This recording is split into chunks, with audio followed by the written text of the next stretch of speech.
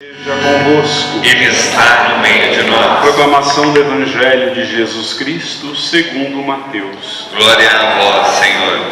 Naquele tempo disse Jesus aos seus discípulos esta parábola: O reino dos céus é como a história de 10 jovens que pegaram suas lâmpadas de óleo e saíram ao encontro do noivo. 5 delas eram imprevidentes e as outras 5 eram previdentes. As imprevidentes pegaram as suas lâmpadas, mas não levaram óleo consigo. As previdentes, porém, levaram vasilhas com óleo junto com as lâmpadas. O noivo estava demorando e todas elas acabaram cochilando e dormindo. No meio da noite ouviu-se um grito: o noivo está chegando, ide ao seu encontro. Então as 10 jovens se levantaram e prepararam as lâmpadas. As imprevidentes disseram às previdentes: dai-nos um pouco de óleo, porque nossas lâmpadas estão se apagando. As previdentes responderam: de modo nenhum, porque o óleo pode ser insuficiente para nós e para vós. É melhor irdes comprar aos vendedores. Enquanto elas foram comprar óleo, o noivo chegou, e as que estavam preparadas entraram com ele para a festa de casamento, e a porta se fechou. Por isso, por fim, chegaram também as outras jovens e disseram: Senhor, Senhor, abre-nos a porta. Ele, porém, respondeu: em verdade vos digo, não vos conheço. Portanto, ficai vigiando, pois não sabeis qual será o dia, nem a hora. Palavra da salvação. Glória a vós, Senhor. Que as palavras do Santo Evangelho perdoem os nossos pecados. Amém. Podemos celulares, vamos prestar atenção, porque quando Deus nos fala, nós prestamos atenção, né? A palavra de Deus deve ser acolhida em nosso coração. E hoje nós fizemos a unção com óleo nos meninos que vão ser batizados. A palavra óleo, como nos fala também no Evangelho de hoje, é repetida cerca de 207 vezes na Bíblia, para mostrar a importância do óleo na vida daquelas pessoas dos tempos bíblicos. O óleo tinha um propósito muito maior do que simplesmente servir de alimento. Usava-se óleo como perfume de ambiente. Imaginem aquelas casas daquele tempo, eram feitas de pedra, de algumas madeiras, muitas vezes eram muito escuras, então muitas pessoas vivendo naquele espaço, deveria ser um cheiro horrível, né? Então se usava o óleo como perfumaria de ambiente, para perfumar o ambiente. Também se usava o óleo como desodorante, usava-se o óleo também como remédio, à base de muitos remédios, e também era usado para ungir os defuntos. O óleo era tão importante que tinha um valor muito parecido com o valor do dinheiro. Você poderia comprar alguma coisa e, ao invés de dar dinheiro, dava óleo, por causa do seu grande valor e da sua grande procura. No Evangelho de hoje, o óleo tem um outro uso, que é usado como combustível. Lembrem-se que não havia luz elétrica, claro, era uma lamparina acesa, que era acesa com óleo. Então, nesse Evangelho, esse óleo tem também o sentido espiritual. Simboliza o combustível que conserva e acende a fé.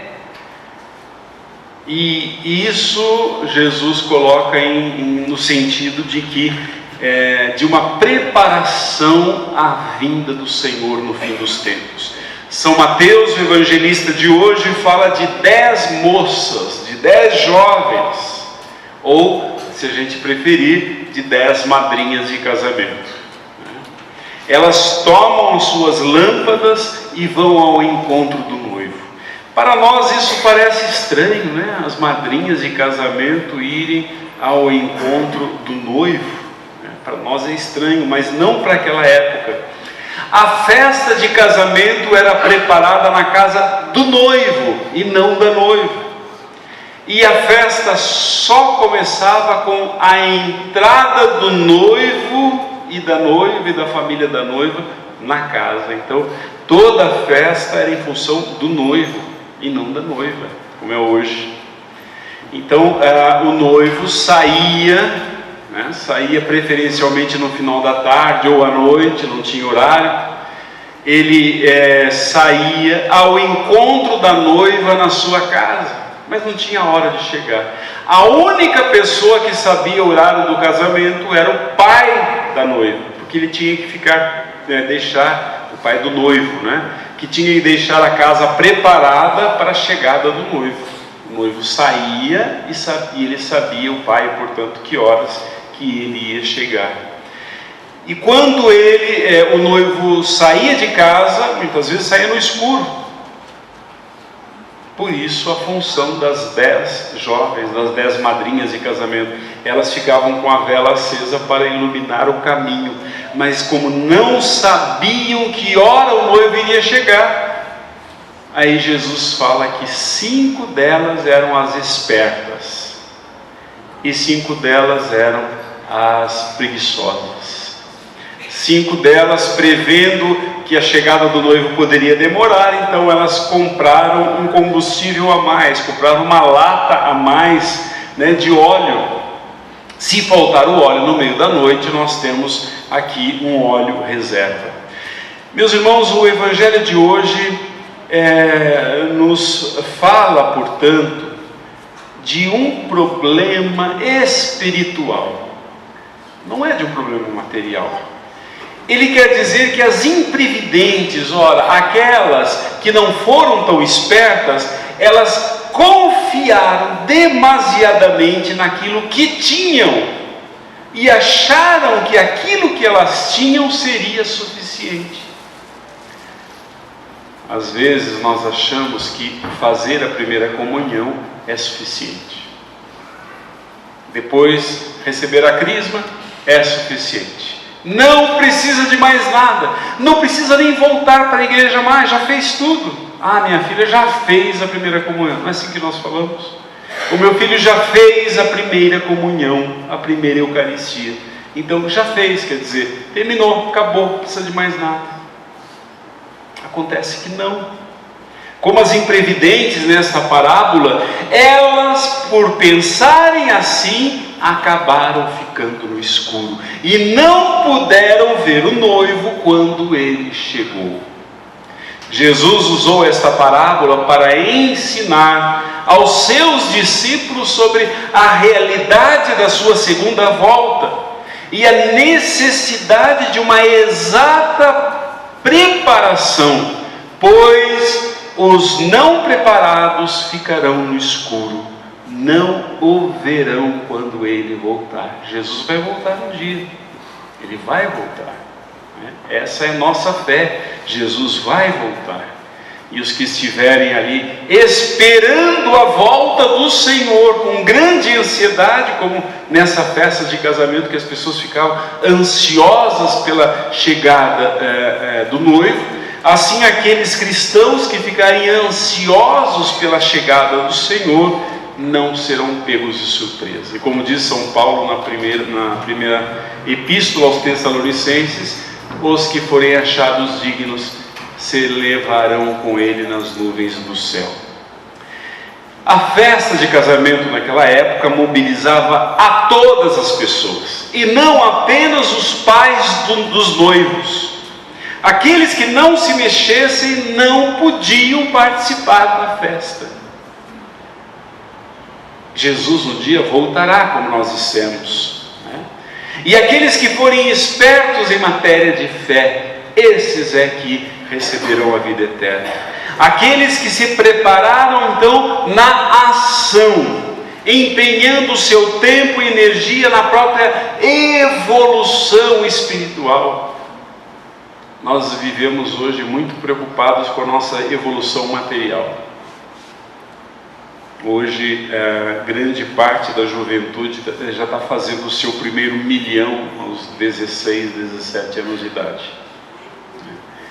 Máximo 19, porque depois do 19 é o segundo milhão e assim por diante. Então parece que a evolução na vida parece ser ter 1 milhão a mais cada ano. Esses ficarão nas trevas porque descuidaram da sua alma, da sua evolução espiritual.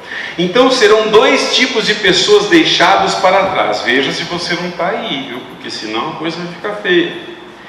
Aquelas pessoas que se contentaram apenas com o que tinham, é um grupo que vai ficar atrás. Isto é, que não fizeram mais esforços, que acharam que para ser bom, bastava não pecar. Eu não peco, não faço nada de errado, tá bom. Esses serão deixados atrás.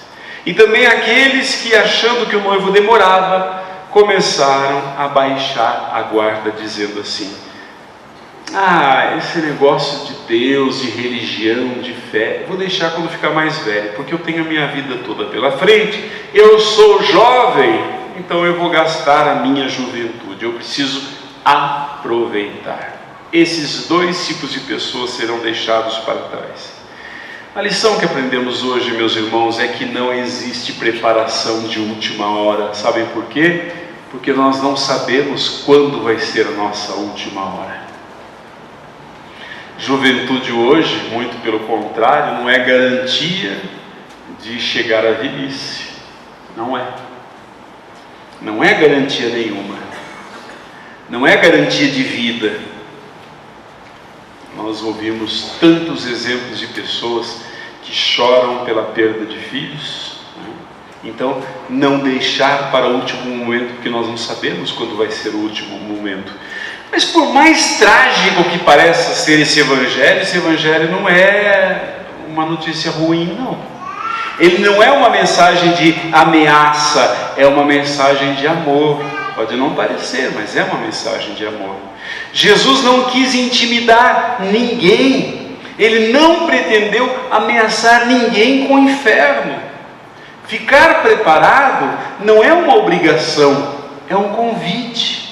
Se não fosse assim, ele não teria falado aí sobre a segunda volta, comparando-a com uma festa de casamento. Talvez ele falasse de um velório, mas não foi de velório que ele falou de uma festa. O que tem de amor nessa história é que a chegada do noivo nunca é motivo de tristeza, mas de alegre esperança. Com ele vem a festa, com o Senhor vem a festa, com o Senhor vem a celebração, com o Senhor vem a alegria. E ficar preparado é ficar preparado para o melhor e não para o pior. Então, o mundo, do jeito que está, que nós achamos ruim, não devemos achar que ele vai continuar ruim. Jesus prometeu que no meio da convulsão social, no meio de tragédias, ele virá. Não para aumentar a tragédia, mas para aumentar a esperança, para nos devolver a esperança. Então, quando olhamos para esse mundo,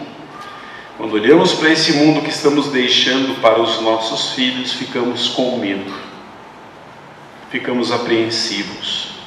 É nesse sentido que aguardamos a vinda de Cristo. Ele certamente virá para acabar com esse medo.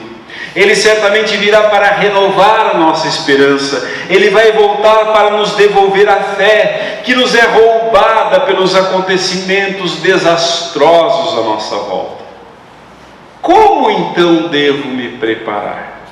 Certamente não adianta ficar trancado dentro do seu quarto, pegar um texto e ficar rezando dia e noite. Não. Oração sem transformação são palavras lançadas ao vento. Hoje, com certeza, o noivo te indica um caminho, bem lá no fundo do seu coração. Mas é preciso ter fé para olhar bem lá dentro e ver. Lá em algum lugar, Cristo me mostra a melhor forma, a melhor maneira de servi-lo e assim aguardar, portanto, a sua volta. E isso fica claro na leitura de hoje. Acender a luz em busca do noivo significa ir em busca dele. Muitas vezes ele se esconde, mas somente os que o amam o encontram. Eucaristia não é uma questão de... tem gente, tem cristão que fala uma bobagem, fala, eu vou receber a hóstia. Você não vai receber coisa nenhuma. Você vai receber o Cristo na Eucaristia. Eu vou receber a Eucaristia. Eu espero que os jovens, as crianças que recebem o Cristo hoje pela primeira vez, não façam isso como se fosse a última vez, como muitas vezes seus pais fazem. Uma maneira de nos preparar para tempos difíceis é comunhão frequente, é receber a Eucaristia. A Eucaristia renova em nós a esperança, nos dá força quando estamos desiludidos, nos dá alegria, esperança quando estamos com medo. A Eucaristia é fonte de vida nova. Portanto, você que é adulto, que há muito tempo está afastado da Eucaristia, comece a fazer uma revisão da sua vida e ver: será que eu não ando afastado demais de Deus? E não vem com aquela história, eu rezo na minha casa. Até pagão reza na casa, viu? Eu fiz uma pesquisa que até os ateus rezam. Imagina você, né? Isso não funciona. O que funciona é esta vida em comunidade, é receber a Eucaristia, é ter uma vida voltada para Deus. Isso é que nos vai salvar.